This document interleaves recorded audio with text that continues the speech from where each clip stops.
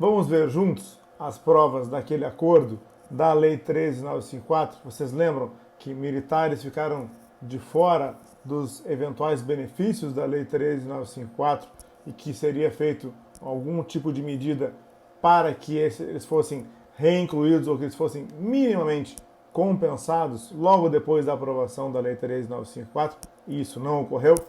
É isso que você vai ver aqui no vídeo de hoje, com provas.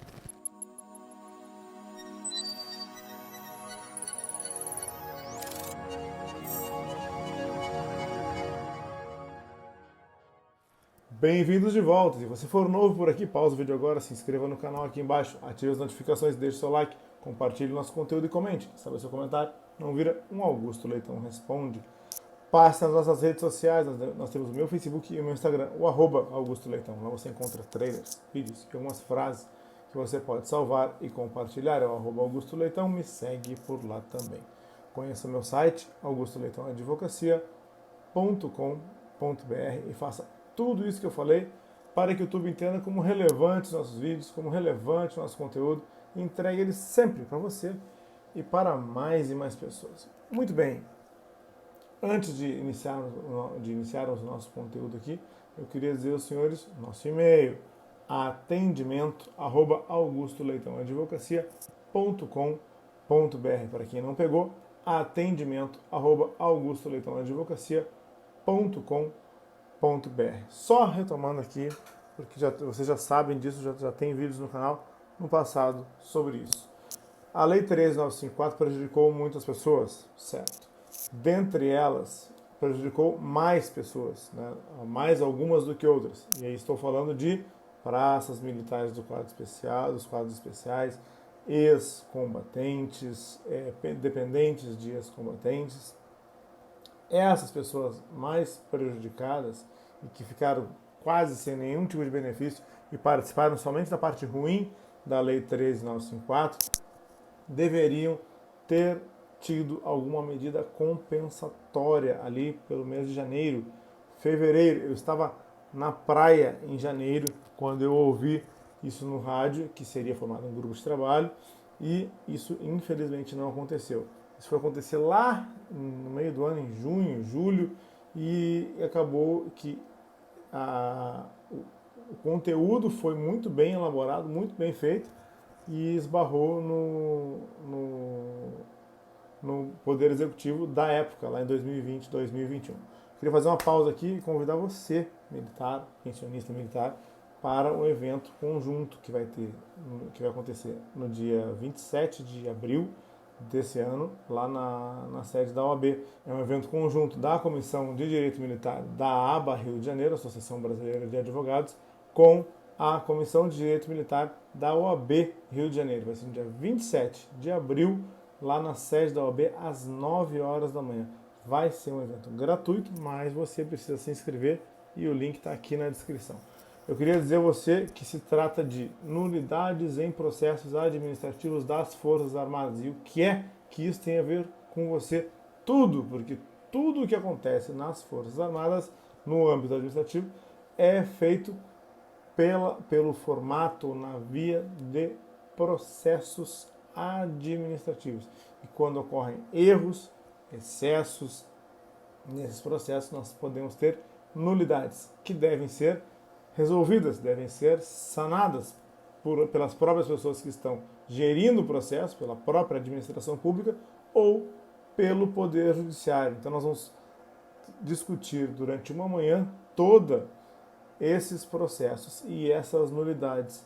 E aí estará presente tanto a advocacia, quanto o Poder Judiciário, quanto a representantes das próprias forças. Então, com toda calma, com toda educação, nós vamos discutir pontos que são sensíveis ao Judiciário, à advocacia, às forças e ao destinatário final, militares e pensionistas. Por isso que vocês estão convidados. Vocês precisam se inscrever aqui, ó, aqui embaixo, nesse link. Muito bem. Eu dizia a vocês o seguinte, que houve um acordo lá atrás, que era o seguinte: a Lei 13.954 ela estava ruim, ela se chamava na época PL 1645 de 2019, ele era o projeto de lei. Ele veio da Câmara, com seus problemas, com seus excessos, concedendo mais para alguns, menos para outros, retirando muito de todos e concedendo especialmente alguns adicionais a determinados militares. Muito bem, isso aconteceu. Na época, vou dizer até quem foi, já disse isso em outros vídeos, o senador Isalci trouxe algumas emendas que minimizariam isso. Uma delas eu lembro de ter visto, que era diminuir um pouco o adicional de habilitação daqueles 73%, 72% tão alto e redistribuir melhor aquilo na base da pirâmide para que não ficasse quem tinha os cursos com tanto e quem não tinha os cursos ou quem tinha cursos intermediários com tão pouco. Então essa foi uma das emendas propostas pelo senador Isalci. Dos senadores Isalci foram 2 e do Senado, incluindo as dele, foram 5 emendas. E houve um acordo para que se retirassem essas emendas e passasse a Lei 13.954, passasse exatamente com o texto que ela tinha vindo da Câmara dos Deputados. Mas aí nós teríamos problemas. Por quê? Porque a Lei 13.954 ela estava muito excessiva, estava sendo muito severa para algumas categorias de militares, pensionistas, ex-combatentes, dependentes de ex-combatentes. E o senador Isalci pontuou muito isso. Ele, o Major Olímpio, na época também, falecido Major Olímpio, pontuou muito isso. E foram ouvidos, mas na verdade não foi cumprido o que ficou combinado, o que ficou acordado com eles. Então tem 2 pequenos vídeos ali, um do senador Isalci explicando o porquê que a Lei 13.954 não podia ficar como estava, e logo depois tem ali um pequeno resumo do que é a Lei 13.954, que você já conhece, mas depois tem que havia um acordo e que esse acordo seria feito por decreto, por portaria, uma outra forma, e esse acordo foi exatamente um acordo que não foi cumprido. Confere aqui comigo esses 2 vídeos, mas assiste até o final, tá bom? Se você for novo por aqui, pausa o vídeo agora, se inscreva no canal aqui embaixo, ative as notificações e deixe seu like. Assiste o vídeo lá, gente, tá lá. Se inscreve no Congresso. Presidente. Determinado para que a reunião seja terça-feira, às 9 horas da manhã, concedida a vista coletiva. Senador Isalci. Primeiro é o seguinte, quero dizer a Vossa Excelência que ainda não chegamos na fase, ou estamos na fase do debate. Até a fase do debate, cabe emenda. Eu apresentei 2 emendas hoje e não tenho objetivo de obstruir nada, muito pelo contrário, ninguém defende esse projeto mais do que eu. Agora, as distorções que existem, está no relatório, inclusive foi lido agora pelo senador Harold, que tem distorções.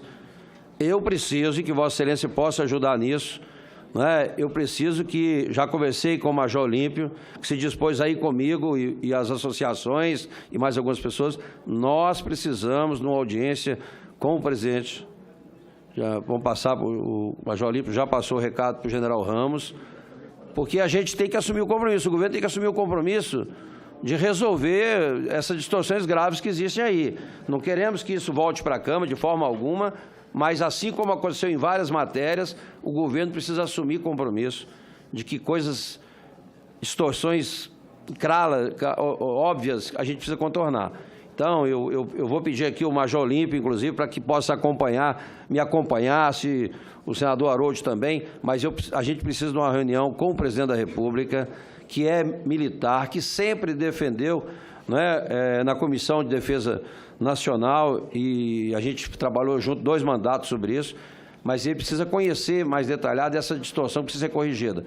Então, eu pediria a Vossa Excelência, para que a gente pudesse interceder nessa questão, para a gente estar junto. Falei ontem com o líder Fernando, mas, como Vossa Excelência tem agilidade, quer uma agilidade no processo, eu também quero, mas a gente precisa marcar essa reunião urgente para a gente tentar buscar um acordo com relação a essas questões, essas distorções. Então, respondendo pela ordem de Vossa Excelência, pode contar com o nosso apoio no sentido de abrir um canal de comunicação com o Executivo para que ele possa ouvir as ponderações que Vossa Excelência trouxe da categoria até o governo federal.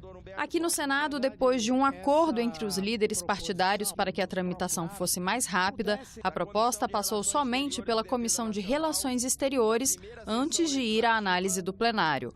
O texto que chegou da Câmara foi aprovado aqui, sem alterações, também como forma de evitar atraso na votação final pelo Legislativo. Entre as medidas do projeto estão a criação do adicional de compensação de disponibilidade militar, que se refere à disponibilidade permanente e à dedicação exclusiva. Esse adicional varia de 5% para militares em início de carreira a 32% para militares no final de carreira. Para os oficiais generais, o percentual vai de 35% a 41%. Entre as medidas também estão previstos reajustes anuais até 2023. A proposta determina ainda que a alíquota da contribuição de ativos e inativos para pensões militares passará de 7,5% para 10,5%. Os pensionistas passarão a recolher pelo menos 10,5% a partir de 2021.